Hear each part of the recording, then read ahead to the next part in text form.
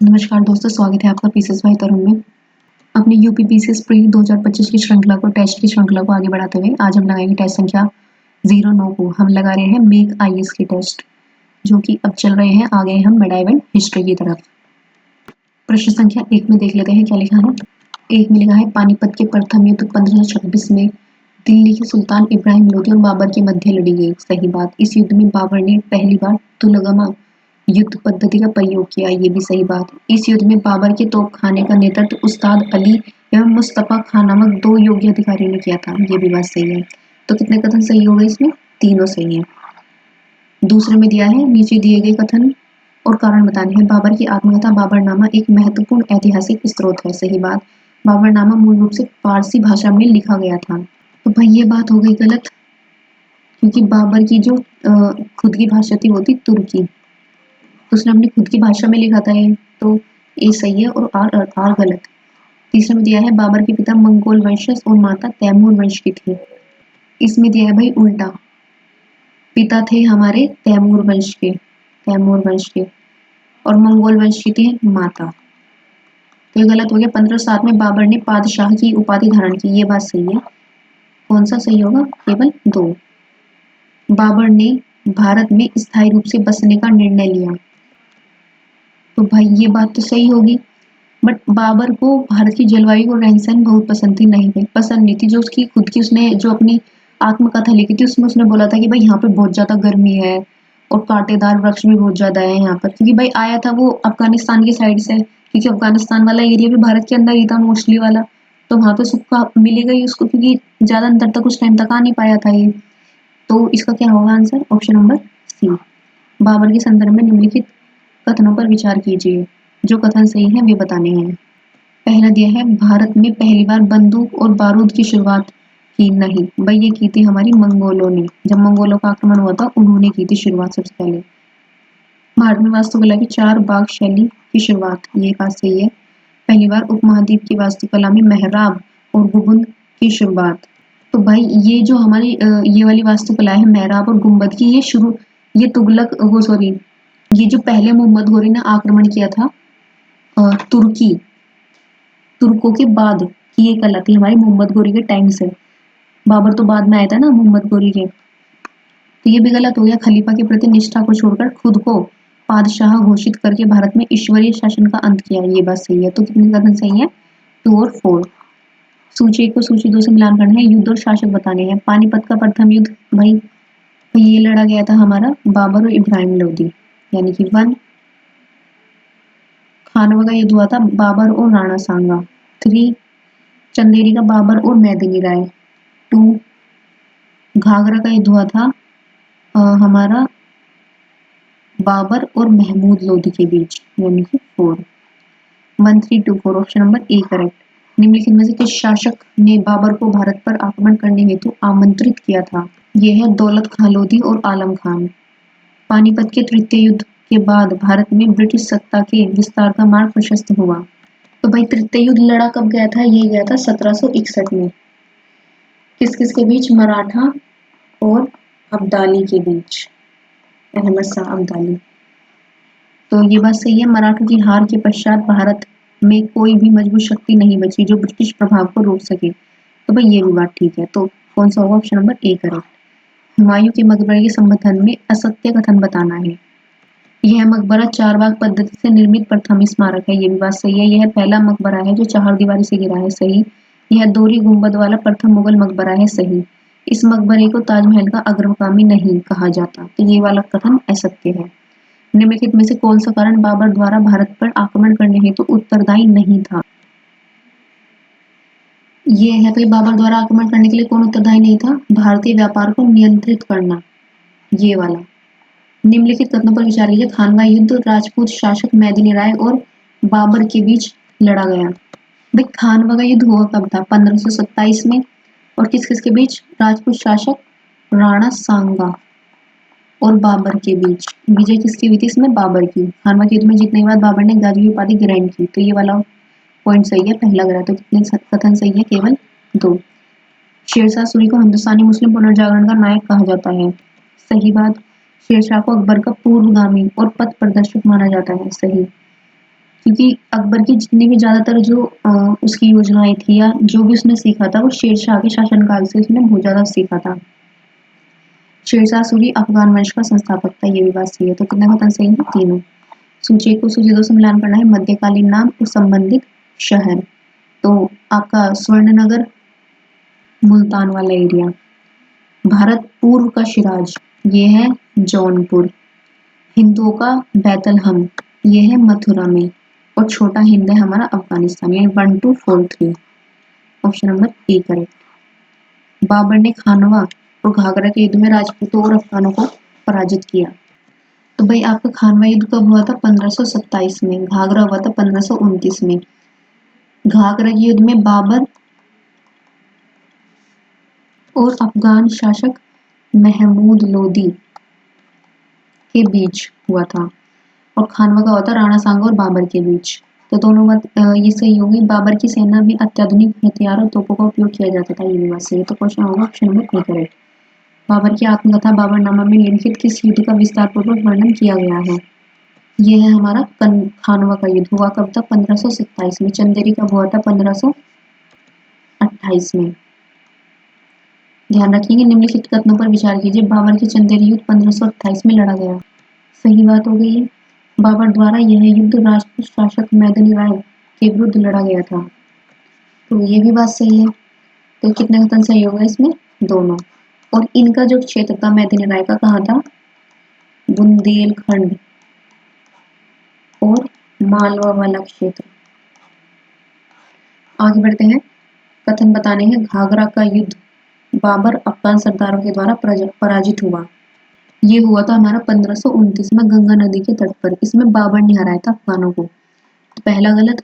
इस युद्ध के दौरान बाबर ने तोपखाने घुड़सवार सेना का उपयोग किया, ये बात सही है। तो कौन सा सही होगा? Option number B. बाबर का मकबरा कहाँ स्थित है? आपका काबुल में। हुमायूं ने 1555 ईस्वी में दिल्ली की गद्दी को पुनः हासिल किया। सही बात। हुमायूं को फारस के शाह तहमास्प प्रथम से सैन्य सहायता प्राप्त हुई। तो ये भी बात सही है। तो दोनों बातें सही हो गई। हुमायूं से संबंधित निम्नलिखित कथनों पर विचार कीजिए। हुमायूं ने दिल्ली में एक नया शहर बसाया जिसका नाम था दीन पनाह रखा। सही बात। हुमायूंनामा हुमायूं की आत्मकथा उसकी बहन गुलबदन बेगम ने लिखी। सही बात। दोनों बातें सही है। निम्नलिखित में से किसने फरीद को शेर खां की उपाधि दी? यह है बहार खान लोहानी। अब देखते हैं प्रश्न संख्या 22 में क्या लिखा है। चौसा युद्ध के पश्चात शेरशाह सूरी ने स्वयं को हिंदुस्तान का शासक घोषित किया। सही बात। और चौसा का युद्ध कब हुआ था भाई? हमारा 1539 में। और इसमें विजय किसकी हुई थी? शेरशाह सूरी की। तो सही बात। युद्ध के पश्चात हुमायूं ने शेरशाह सूरी को पुनः हराकर दिल्ली पर कब्जा कर लिया। नहीं भाई, इन दी एंड शेरशाह सूरी ने ही बुरी तरह हराया था हुमायूं को, ताकि उसे संभलने का भी टाइम नहीं मिलता भाई। तो इसका आंसर क्या होगा? ए सही है, आर गलत। कन्नौज के युद्ध से रिलेटेड बताने हैं कथन। शेरशाह सूरी की महत्वाकांक्षा। कन्नौज के युद्ध से संबंधित निम्नलिखित में से कौन से प्रमुख कारक उत्तरदायी हैं? शेरशाह सूरी की महत्वाकांक्षा, हुमायूं की प्रशासनिक विफलता, बंगाल बिहार पर अधिकार को लेकर संघर्ष। तो तीनों ही सही है, तीनों ही उत्तरदायी है। शेरशाह सूरी के बारे में निम्नलिखित में से कौन से कथन सही हैं? शेरशाह के शासनकाल में ग्रांड ट्रंक रोड सड़क ए आजम जीर्णोद्धार किया गया है। सही बात। मलिक मोहम्मद जायसी ने अपनी रचना पद्मावत शेरशाह सूरी के शासनकाल में पूरी की। तो इसमें हमारा दूसरा पॉइंट भी सही है। शेरशाह सूरी के बचपन का नाम क्या था भाई? फरीद खान। तो दोनों पॉइंट सही है। इसमें बिलग्राम युद्ध से संबंधित निम्नलिखित कथनों पर विचार कीजिए। इसमें कन्नौज या बिलग्राम दोनों युद्ध कब हुए थे? 1540 में। एक ही है ना दोनों। यह युद्ध हुमायूं और शेर खान के मध्य लड़ा गया। दूसरा पॉइंट यह है, इस युद्ध के पश्चात शेर खान ने शेर शाह की उपाधि धारण की। भाई इन्होंने शेर शाह की उपाधि धारण की थी 1539 में, जो हमारा युद्ध हुआ था चौसा का युद्ध, उसके बाद। तो ये वाला पॉइंट हमारा हो गया गलत। तो पहला सही है। तो कितने सही है? केवल एक। वह शाही घराने और शाही कारखानों का प्रभारी अधिकारी था। केवल अमीरों को ही इस पद पर नियुक्त किया जाता था, जिन पर सम्राट का पूर्ण विश्वास होता था। दरबार में शिष्टाचार का रखरखाव और शाही अंगरक्षक का नियंत्रण भी उनकी देखरेख में था। मुगल प्रशासन के निम्नलिखित में से किस कार्यालय का ऊपर वर्णन किया गया है? तो भाई से पहले देख लेते हैं सर्द और सुदूरता हमारा धार्मिक विभाग। वजीर पता ही है आपको, मीर बख्शीता हमारा प्रशासनिक अधिकारी, और मीर सामंत शाही घरानों का या कारखानों का अधिकारी होता था मीर सामंत। तो इसका आंसर होगा ऑप्शन नंबर डी। निम्नलिखित कथनों पर विचार कीजिए। शेरशाह सूरी के शासनकाल में मुसलमानों को हिंदुओं की तुलना में अधिक अधिकार प्राप्त था। सही, शेरशाह सूरी सामान्यवादी नीति का समर्थक था। सही बात। कितने का धन सही है? दोनों। निम्नलिखित में से वह कौन शासक था जो ज्योतिष में अत्यधिक विश्वास करता था और सप्ताह के 7 दिन 7 रंग के कपड़े पहनता था? ये है हमारा हुमायूं। रविवार को कौन से कपड़े पहनता था ये? पीले।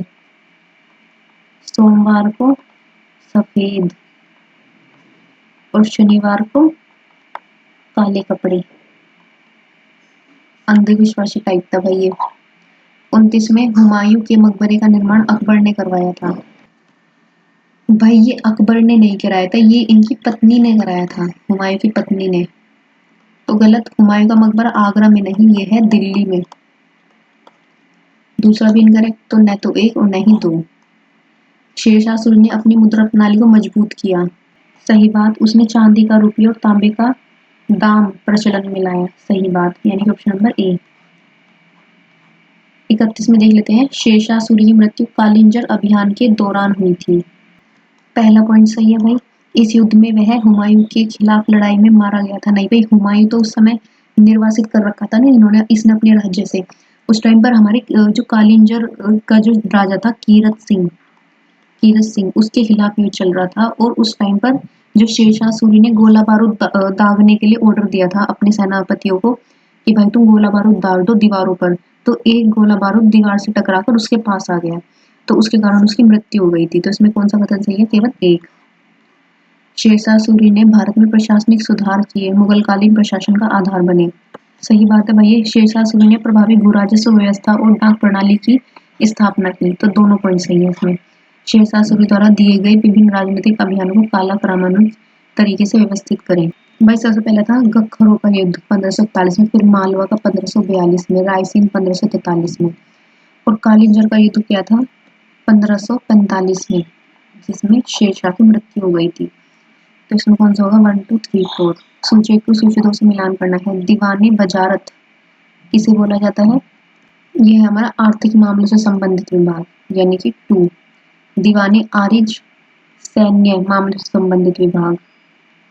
दीवाने रिसालत है हमारे धार्मिक मामले से रिलेटेड, और दीवाने इंशा है लिपिबद्ध से संबंधित विभाग, यानी 2 1 3 4, ऑप्शन नंबर ए। 35 है। चंदेरी के युद्ध में शेरशाह सूरी राजपूतों की सेना में शामिल होकर बाबर के विरुद्ध जाकर युद्ध लड़ा।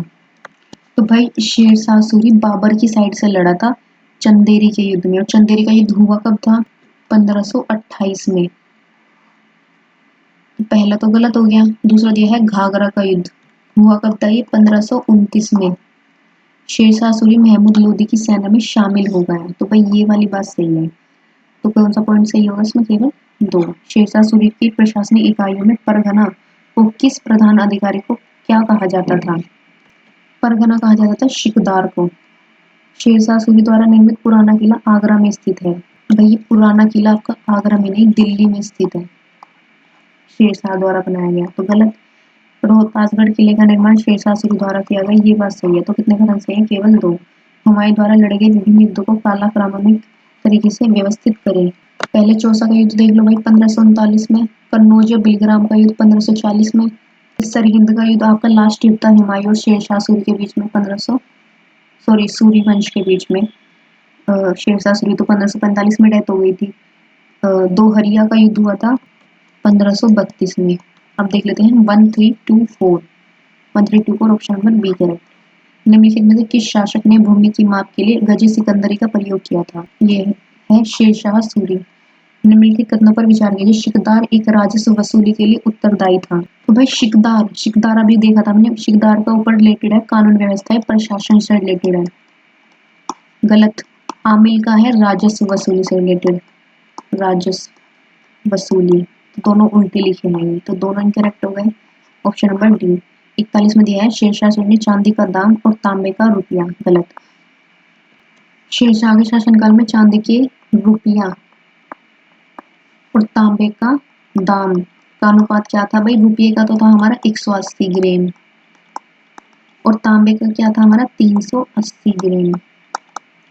तो ये भी गलत हो गया। Question number D, Shershah Suri ने अपने शासन में सड़क किनारे सराय बनाने का आदेश दिया। सही बात। सरायों का उपयोग केवल सैन्य ठहराव के लिए किया जाता था, आम जनता को वहां ठहरने की अनुमति नहीं थी भाई, थी। इसलिए तो सराय का मुख्य उद्देश्य ये था ना कि जगह जगह पानी की व्यवस्था हो सके इतनी गर्मी के दिनों में भी। तो ए सही, आर गलत। शेरशाह सूरी द्वारा किए गए न्यायिक सुधार हेतु निम्नलिखित में से कौन से कारक उत्तरदायी हैं?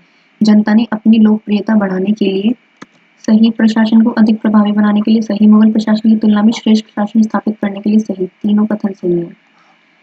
शेरशाह सूरी के काल में किसी अधिकारी को डाक विभाग का प्रमुख बनाया गया था। नाम बता दो भाई इसका।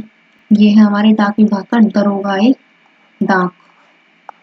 शेरशाह सूरी के राजस्व सुधार से संबंधित कथन बताने हैं। उसने पट्टा कबूलियत व्यवस्था को आरंभ किया था। सही बात। शेरशाह के समय लगान केवल नगद भाग के रूप में वसूल किया जाता था। सही, दोनों सही है इसमें। दो हरिया का युद्ध हुआ कब था भाई? 1532 में। संबंधित कथन बताने हैं। युद्ध मुगल सम्राट हुमायूं और अफगान सरदार इब्राहिम लोदी के बीच लड़ा गया था। इसमें इब्राहिम लोदी नहीं था, महमूद लोदी था। लोदी वंश का अंतिम शासक मान लो इसको। और इसमें हुमायूं ने महमूद लोदी को हराया था। इस युद्ध में मुगल सम्राट हुमायूं को पराजित नहीं, विजय हुआ था। तो दोनों गलत हो गए, तो इनमें से कोई भी नहीं सही है। हुमायूं एक कुशल प्रशासक नहीं था। सही है। क्यों सही है भाई? उसके 3 भाई होते, अस्करी, हिंदाल और कामरान। उसने उन तीनों को भी अलग अलग राज्य दे दिए अपने में से और अपना भी एक अलग रख लिया। तो भाई जो तुम अपने राज्य को ऑलरेडी छोटा करोगे तो बड़ा राज्य कैसा होगा जब तुम इतनी दिलेरगिरी दिखाओगे भाइयों के लिए। हुमायूं अपने शासनकाल में एक मजबूत प्रशासनिक व्यवस्था स्थापित करने में असफल रहा और शेरशाह सूरी से पराजित हुआ। सही बात। दोनों बातें सही है, कारण भी सही है। कामरान मिर्जा निम्नलिखित में किस मुगल बादशाह का भाई था? ये था हमारे हुमायूं का। सूर साम्राज्य के पतन से संबंधित निम्नलिखित कौन कौन से प्रमुख उत्तरदायी हैं? शेरशाह के अयोग्य उत्तराधिकारी। सही। अफगान शासकों के बीच आपसी संघर्ष। ये भी सही है। प्रशासनिक कमजोरी। ये भी सही। भाई एक सिर्फ शेरशाह सूरी था जो एक अच्छा राजा था सूरी वंश का, बाकी सब बेकार। शेरशाह सूरी ने अपनी सेना का वेतन नकद देने की व्यवस्था लागू की। सही बात। उन्होंने सैनिकों को जागीरें बांटकर उनकी सेवाओं के बदले भुगतान करने की प्रथा का प्रोत्साहित किया। सही। इंडिविजुअली दोनों बातें ठीक है। तो कौन सा होगा इसका? Option number B. Shershah Suri की भू राजस्व प्रणाली के संदर्भ में निम्नलिखित में से कौन से कथन असत्य है? उसने जाब्ता नामक एक निश्चित राजस्व दर लागू की। तो ये तो सही होगी बात। उसने किसानों के कुल उपज की 1/6 भाग राजस्व के रूप में लिया। भाई 1/6 नहीं लिया था, 1/3 लिया था, तो यही असत्य हो गया। आगे बढ़ते हैं। निम्नलिखित में से किस शासक ने अपनी सैन्य टुकड़ियों को 50, 200, 250 एवं 500 की इकाइयों में विभाजित किया था? ये है हमारा इस्लाम शाह, जिसको शेरशाह सूरी ने अपना उत्तराधिकारी बनाया था। आदिल शाह सूरी सूर वंश का सबसे शक्तिशाली शासक था। भाई आदिल शाह सूरी क्या होता है? शेरशाह सूरी है तो गलत। हेमू विक्रमादित्य ने आदिल शाह सूरी के प्रधानमंत्री और सेनापति के रूप में शासन को मजबूत किया। ये वाला सही है। तो कितना सही होगा इसमें? केवल दूसरा। सामेल के युद्ध से संबंधित कथन बताने हैं। यह युद्ध शेरशाह सूरी और राव मालदेव राठौड़ के मध्य लड़ा गया। इस युद्ध में शेरशाह सूरी भी पराजित हुआ। ये युद्ध लड़ा गया था सामेल का युद्ध 1544 में और उसमें शेरशाह सूरी की विजय हुई थी। तो ये वाला गलत हो गया, पहला सही है, केवल एक सही। भू राजस्व प्रशासन के लिए शेरशाह सूरी ने पटवारी मुंशी पदों की स्थापना की। सही बात। शेरशाह सूरी ने राजस्व संग्रह के लिए सीधे किसानों से संपर्क किया था। सही बात। तो इसमें दोनों पॉइंट सही हैं। आगे लिखते हैं इस्लाम शाह सूरी ने सेना को मजबूत करने के लिए कई सुधार किए। तो पहला पॉइंट सही है। इस्लाम शाह सूरी ने हुमायूं से युद्ध करने के लिए नौसेना नहीं भाई, नॉर्मल सैनिक भर्ती किए थे उन्होंने। नौसेना का तो मतलब ही था नॉर्थ इंडिया में, तो जो हमारा साउथ वाला इंडिया था वहीं के तो राजा हमारे नौसेना से परिचित थे, ये वाले नहीं थे। तो ये वाला इनकरेक्ट हो गया। तो ऑप्शन नंबर सी। निम्नलिखित में से किस शासक ने फिरोज शाह सूरी की हत्या किसने की थी? ये है हमारा मुबारिज खां, क्योंकि भाई शेरशाह सूरी के बाद कौन आया था? इस्लाम शाह सूरी। और इस्लाम शाह सूरी के बाद आया था फिरोज शाह सूरी। तो इस्लाम शाह सूरी ने हत्या किसकी की थी? ये है हमारा मुबारिज खां, क्योंकि भाई शेरशाह सूरी के बाद कौन आया था? इस्लाम शाह सूरी। और इस्लाम शाह सूरी के बाद आया था फिरोज शाह सूरी। और इस्लाम शाह सूरी के बाद कौन आया था? फिरोज शाह सूरी। और इसके दरबार में था मुबारिज। उसने सत्ता की भूख के लिए इसकी हत्या कर दी, फिरोज शाह की। शेरशाह सूरी के शासन में प्रशासनिक इकाइयों से संबंधित निम्नलिखित विकल्पों में कौन सा विकल्प कालक्रम में सही ढंग से लगा है? यह हमारी ग्राम, परगना और सरकार। शेरशाह सूरी राजस्व सुधार में कौन सा सिद्धांत लागू किया था? भूमिगत उपज के लिए निश्चित भाग के रूप में लिया जाएगा, सही बात। किसान में भूमि के प्रकार के अनुसार कर लिया जाएगा, ये भी सही। भूमि की उपज, क्षेत्रफल और उर्वरता के आधार पर कर निर्धारित किया जाएगा, सारे सही है। बाबर ने अपने आत्मकथात्मक ग्रंथ खुद के भाग्य में अपनी सबसे बड़ी समस्या किसे बताया है? ये बताया उसने भारत की जलवायु को। मोहम्मद शाह आदिल सूरवंश का चौथा शासक था। तो भाई इसमें आदिल सूर ये 7वें नंबर का था। अब देखो शुरू से, पहले शेरशाह सूरी, फिर शेरशाह सूरी का पुत्र इस्लाम शाह, फिर फिरोज शाह, और फिर फिरोज शाह की हत्या किसने की थी? मुबारिज खां ने। मुबारिज खां ये था हमारा 4th नंबर का, ये दरबारी था किसका? फिरोज शाह का। और जी गलत हो गया पहला पॉइंट। फिर है मोहम्मद शाह आदिल शेर शाह सूरी का पुत्र था, नहीं। शेर शाह सूरी का पुत्र का कौन था? इस्लाम शाह। तो इसका आंसर होगा न तो 1 और नहीं 2। शेरशाह सूरी द्वारा निर्मित किस इमारत को भारत में अफगान वास्तुकला का सर्वश्रेष्ठ उदाहरण माना जाता है? ये है बिहार में उपस्थित सासाराम का मकबरा। 63 कथन बताने हैं शेरशाह के मकबरे की विशेषताएं। मुगल एवं अफगान शैली का मिश्रण, सही। जलाशय के मध्य स्थित मकबरा, लाल बलुआ पत्थर का प्रयोग, अंदरूनी भाग और कलात्मकता, सही। तो चारों कथन सही है इसमें। जरीबाना शब्द निम्नलिखित में से किससे इंगित करता है? जरीबाना यह हमारा विशेष प्रकार का शुल्क। शेरशाह सूरी राजस्व नीति के अंतर्गत भूमि को कितनी श्रेणियों में बांटा गया था? ये थी हमारी 3 श्रेणियां, उत्तम, मध्यम और निम्न श्रेणी। शेरशाह सूरी ने व्यापारिक करों को समाप्त कर दिया था, मतलब भाई इन्होंने शेरशाह सूरी ने व्यापारिक करों को खत्म नहीं किया पूरी तरीके से, बट कम कर दिए। और अत्यधिक क्या बढ़ा दी? पारदर्शिता, मतलब ट्रांसपेरेंसी बढ़ा दी बिल्कुल कर देने लेने में। तो पहला गलत। उसने व्यापार को बढ़ावा देने और राज्य की आय को बढ़ाने के लिए कर प्रणाली को सरल बनाया, ये बात सही है। तो ए गलत, आर सही। हुमायूं ने गुजरात अभियान के दौरान किस यूरोपीय शक्ति बहादुर शाह को सहायता प्रदान की थी? यह है पुर्तगीज यानी कि पुर्तगाली।